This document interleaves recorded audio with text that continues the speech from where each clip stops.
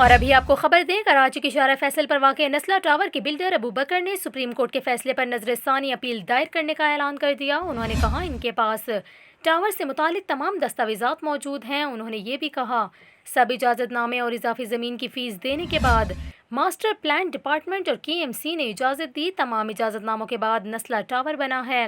آپ کو یہاں یہ بھی بتائیں، گزشتہ ہفتے سپریم کورٹ نسلہ ٹاور کو غیر قانونی قرار دے کر گرانے کا حکم دے چکی ہے۔ اسی حوالے سے اب نسلہ ٹاور کے بلڈر نے سپریم کورٹ میں ریویو پٹیشن دائر کرنے کا اعلان کر دیا۔ دوسری جانب آپ کو بتائیں، کراچی میں الادین شاپنگ مال اور پویلین اینڈ کلب کو گرانے کا کام آج 7ویں روز بھی جاری ہے۔